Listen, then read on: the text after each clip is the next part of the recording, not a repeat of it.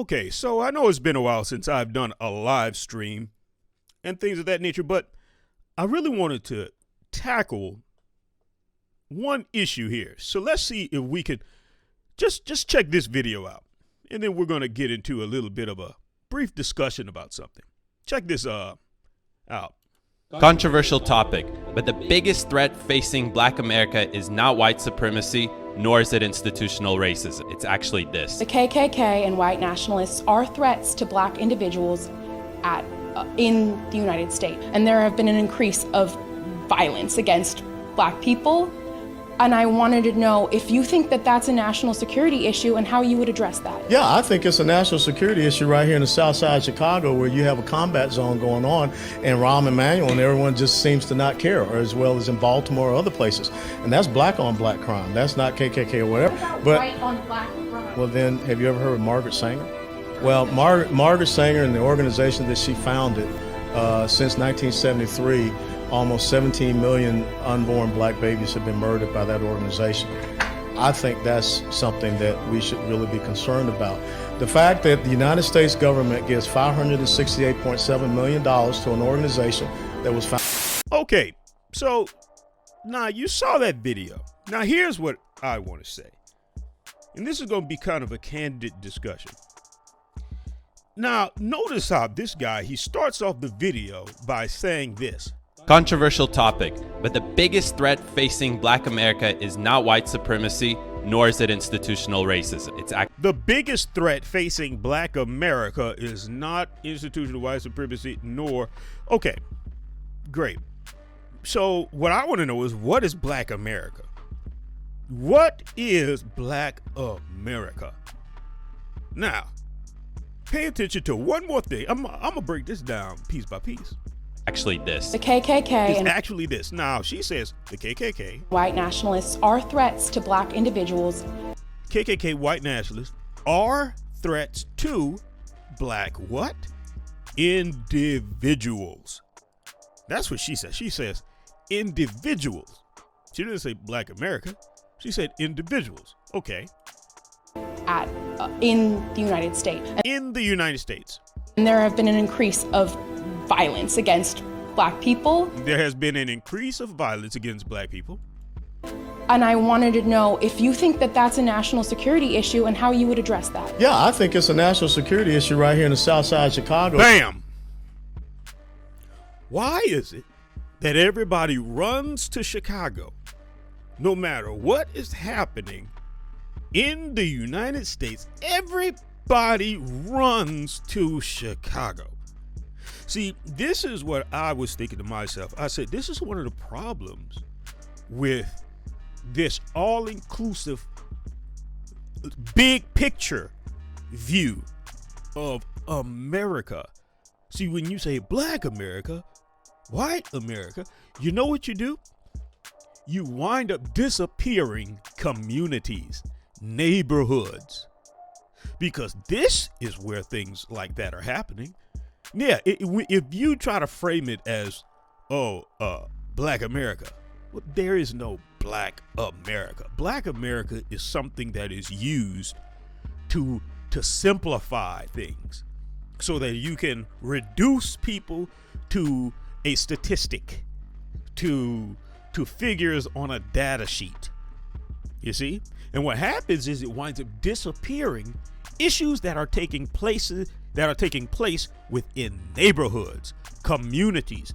There is no way that you as an individual can know what is taking place in every single community. But when you reduce people to numbers on a data sheet, you look at the data sheet and you'll say, well, this is impossible that that's taking place within your community, because we have coalesced every single community that we call Black, and the numbers bear such and such out. No. This is taking place with individuals the same way that they framed the Stop the Asian Hate thing. That wasn't a massive scale thing.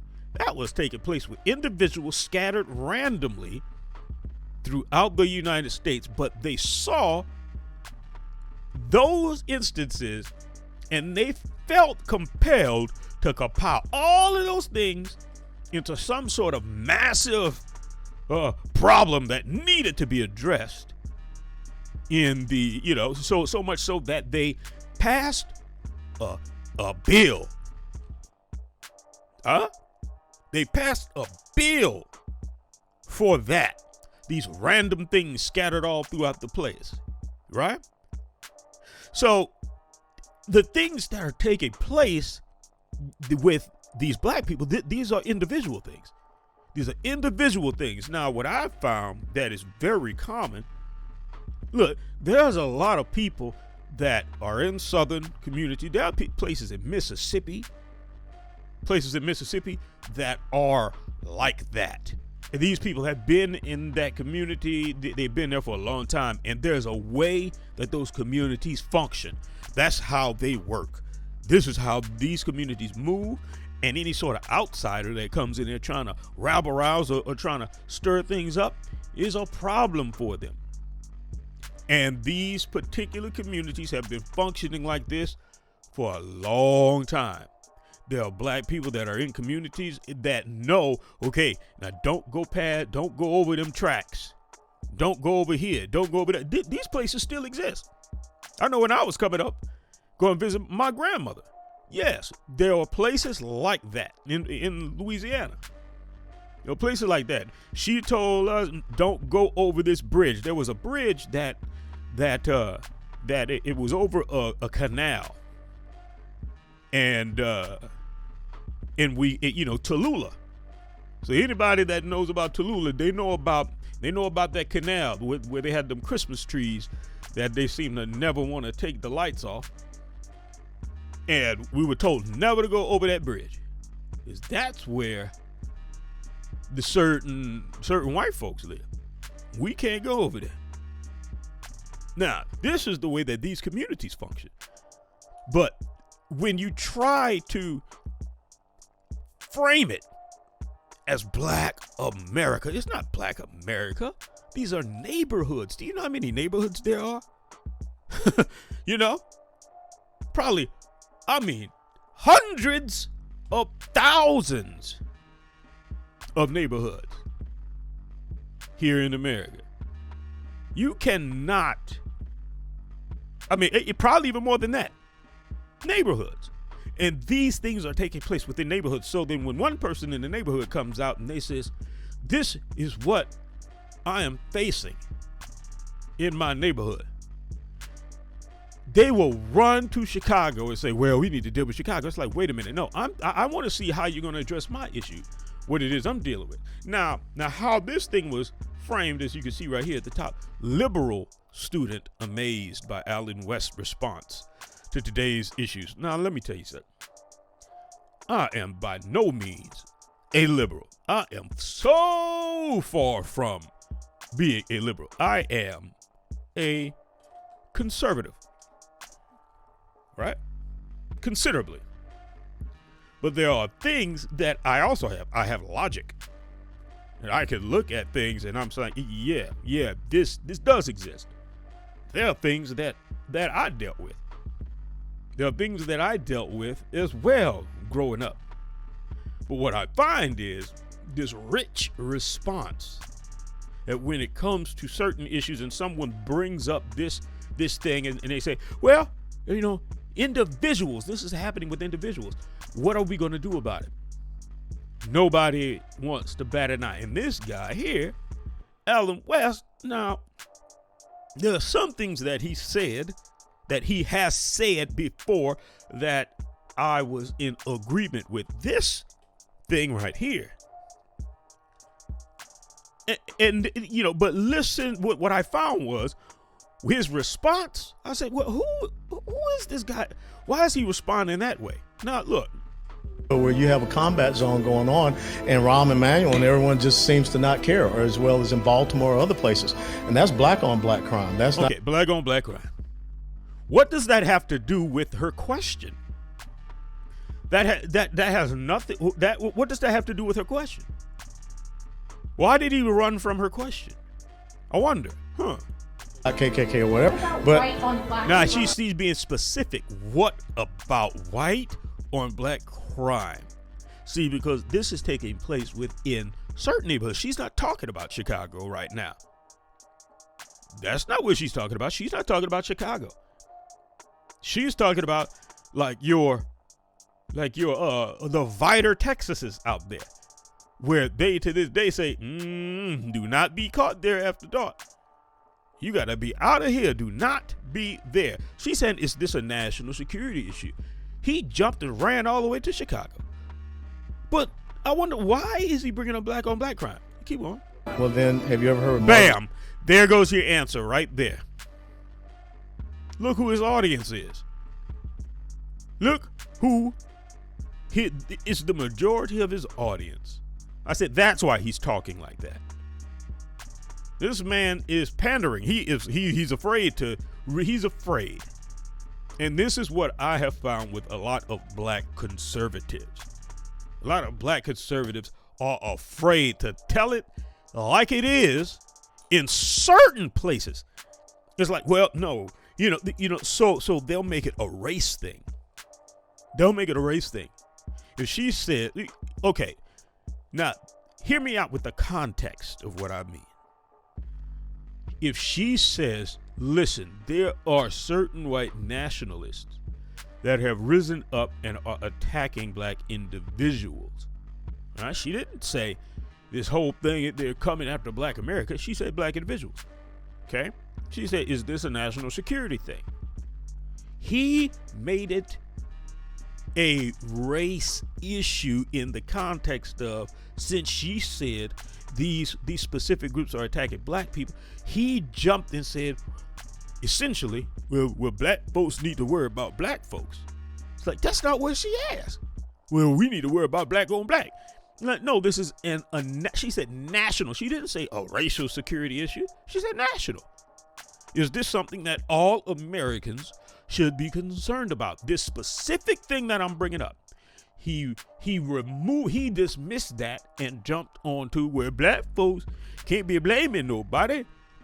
We need to be looking at Chicago, how these black people, black on black. Can you answer the?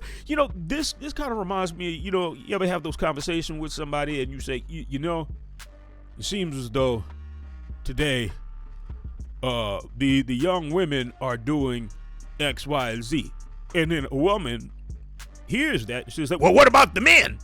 Well, because the men, it's like, can we focus on one subject?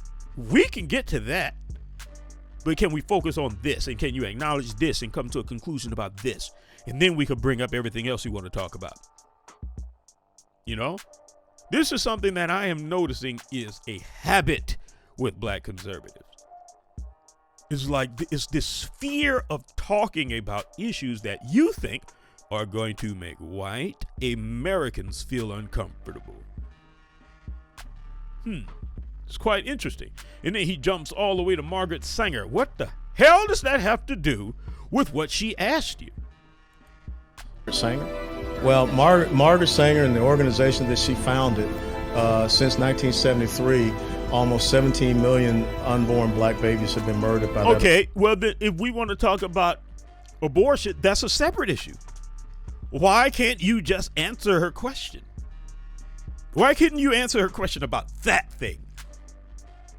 Hey, so what do you feel about the about all of the apple trees dying due to this guy running around pouring gasoline in all of the apple orchards? Well, the plums in Zimbabwe just so happen to have flies.